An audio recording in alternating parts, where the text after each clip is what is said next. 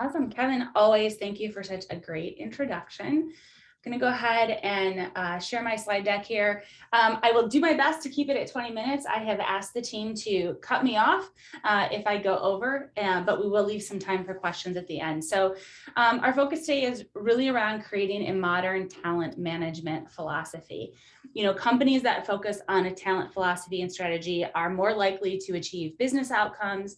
They're more effective at scaling their businesses. They can reduce siloed thinking and duplicate efforts, you know, really create a more consistent employee experience across leaders and departments, and increasing HR's perception as a strategic partner. I really think that last point is important and to lean into and to think about. HR can be one of the greatest, this is an opportunity for HR to have one of the greatest value adds when you think about your organization and talent management. And so beyond the basic reasons for needing a talent philosophy, I think the topic is timely. You know, post-COVID, HR leaders have almost hit a reset on how we think about driving towards goals. You know, before the pandemic, we kind of had our own individual silos for either our industries or the different business units inside of our business. But now we're all kind of at the starting line again, and we're all dealing with the great war on talent, or as I wrote it down, the SANS-demic. I love that term, Kevin, so thanks for sharing that. You know, attracting talent with, you know, snacks or foosball tables in the lunchroom isn't going to cut it anymore. You know, candidates and employees want to work for organizations that are focused, strategic, and intentional on how they hire and grow and retain their talent.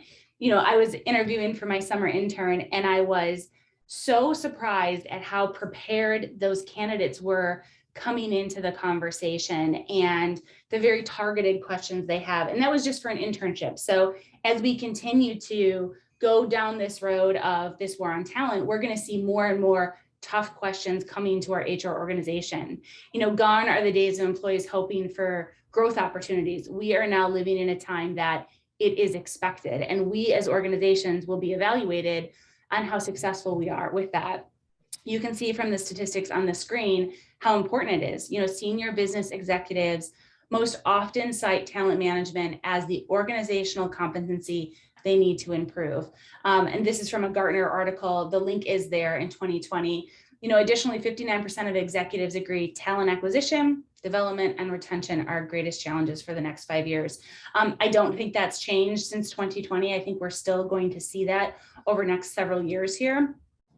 And so really, I want to lean into the idea of this talent philosophy. And in the simplest of terms, a talent philosophy is rooted in senior leaders' beliefs about the nature, value, and impact of talent. I am sure you all have experienced this when coaching different leaders on how widely different their view can be on hiring and growing and retaining employees. In fact, Mark Efron has gone on to say that without a talent philosophy, managers will rely on their personal preferences and bias to guide how they manage and grow their teams. I know from my experience, I'd rather have that not be the case. I'd rather have the organization come up with a philosophy. You know, the reality is that there is a talent management philosophy that exists in your organization now. Your leaders already have an unspoken, undocumented opinion on talent. And so today I want to center in on how you can create a modern talent philosophy, one that can incorporate business needs, employee experience, and talent processes, and really ground you in a solid philosophy that will help to prevent bias and help grow capability gaps. And so using this Mark Efron model, the research finds that a company's approach to managing talent is defined by 5 elements.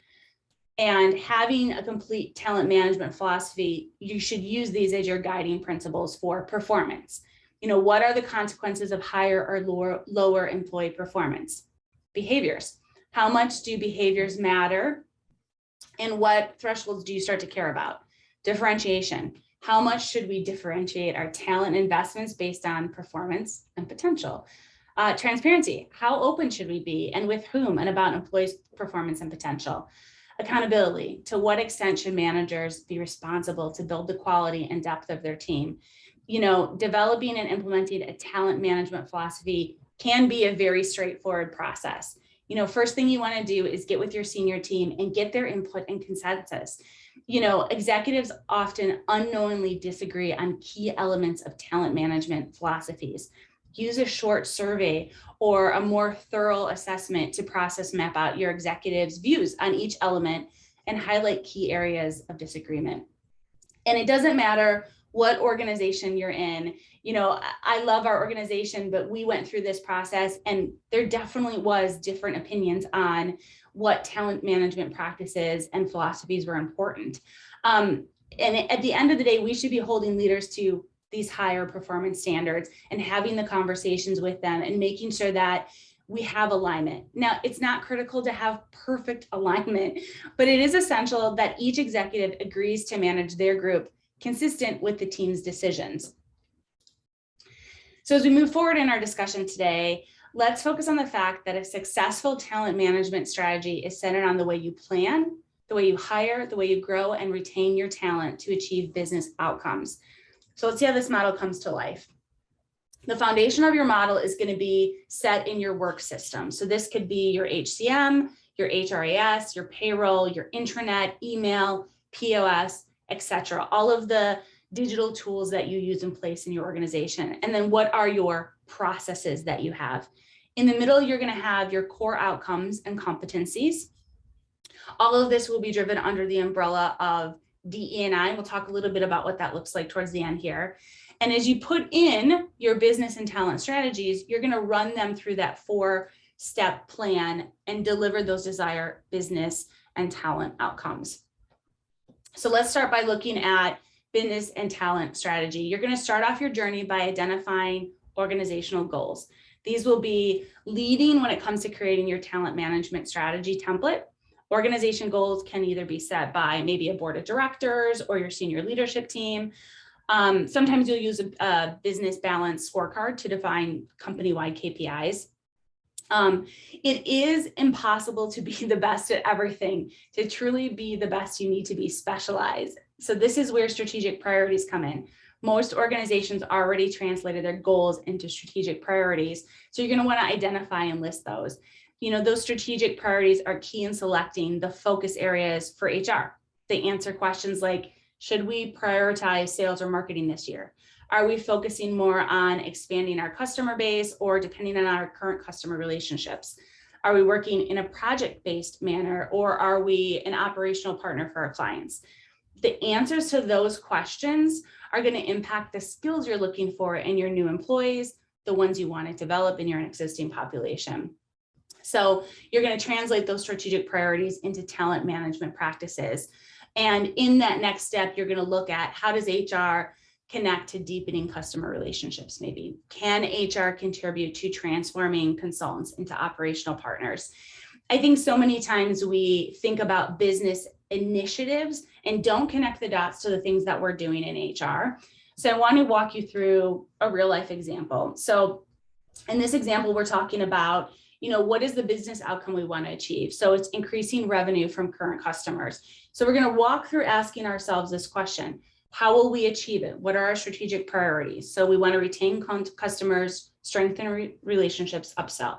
What roles and how many will help us to achieve that? So we get more granular as we go through this process. So we're going to need 20 employees. They need to be all account managers. How will this role achieve it? So, right, that goes back to that center circle in that diagram about outcomes and competencies for that role. And then how effective is the current talent in this role? So not only have you identified what you need, but it gives you the opportunity to look at what you already have and say, are we meeting the mark here? Do we need to hire into this role or do we need to optimize current talent in this role? And so let's say you've decided that you do need to have a role, right? Remember how the middle section of the model has the outcomes and competencies. This is where it comes to life. For example, in this scenario, you are looking at specific roles impact to an organization, working through the outcomes. What does this role, why does this role exist? And competencies, what is needed to achieve these outcomes. You can work through this model in every role, every process or system you have in the organization. It gives you a really good sense of where does everything sit and fit right now? And how can we think about leveling them up as we go through those 4 steps in a little bit. And before we move on to those steps, I just want to touch base on competencies if you don't have a model yet. When you're thinking about developing your strategy, a key component for success is going to be a competency model. Put simply, competencies are a set of knowledge, skills, and abilities and attributes that you want your employees to use and demonstrate to be successful in their role. So a competency model lays out a set of competencies that when all employees demonstrate these, you are going to be able to attain your goals and increase your performance for the future. With the model in place, you can do a scan of your current state, your future state, and the gaps in between. For example, the model can help you assess how well your current employees are demonstrating behaviors and competencies in their skill set against that, what we've decided we needed for that role.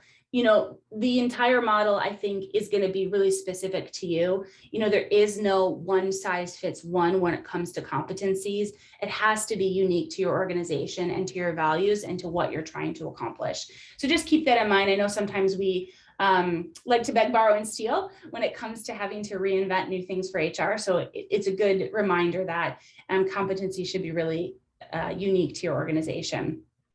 So the next step in the talent management practice that you need to define is in these 4 areas. Again, one size doesn't fit all. So not all of these items would be necessary in your organization, but you should consider it.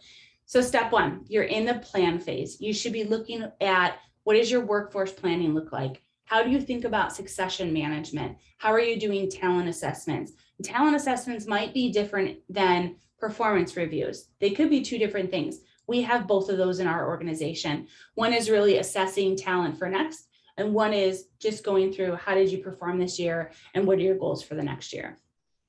In the second section under hiring, you want to look at your employer brand and your employee value proposition. We'll talk a little bit on the next slide as to how that's affected by DE&I, but you want to keep in mind things like, where are you sourcing talent? What are your recruiting practices? How are you selecting people? What does your onboarding look like?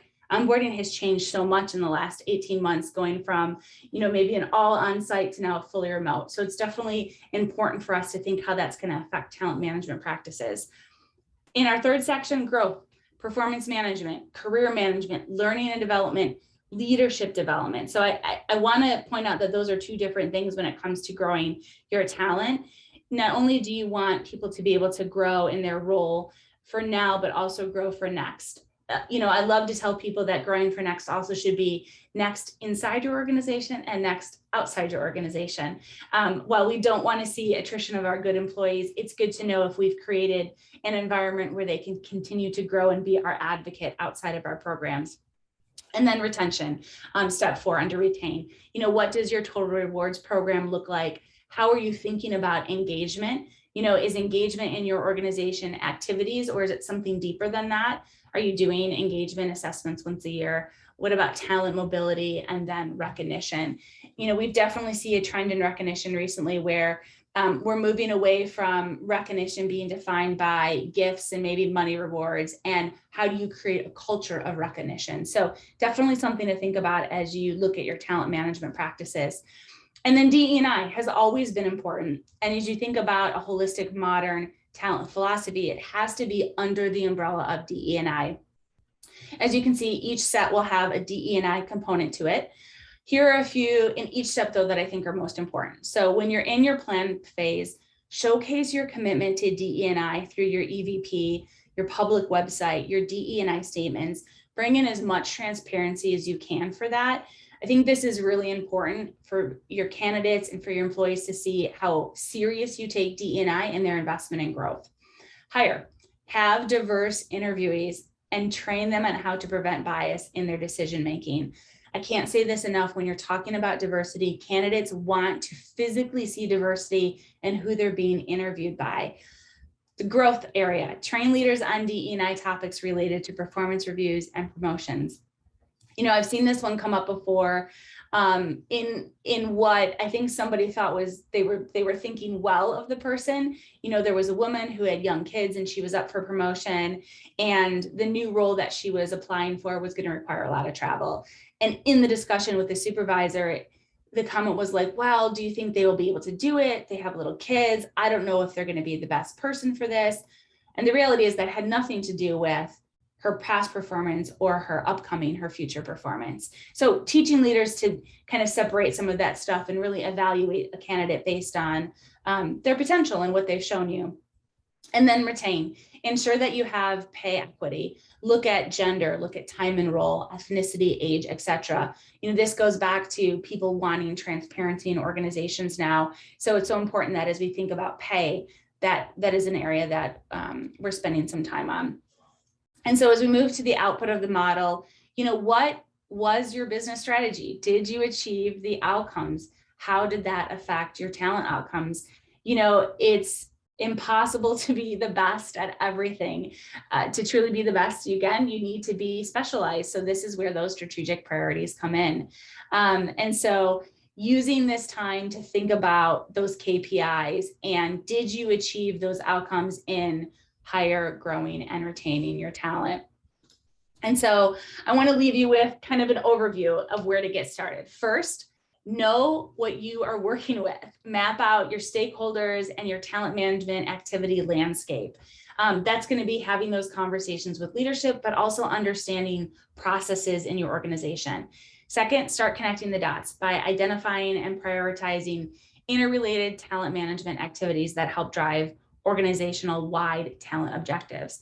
Next, lean into your talent champions by clarifying stakeholder roles and communicating responsibilities to galvanize ownership of talent management outcomes. And last, be agile. Build time in to monitor and adapt the talent management strategy on a continual basis. I can't emphasize that enough.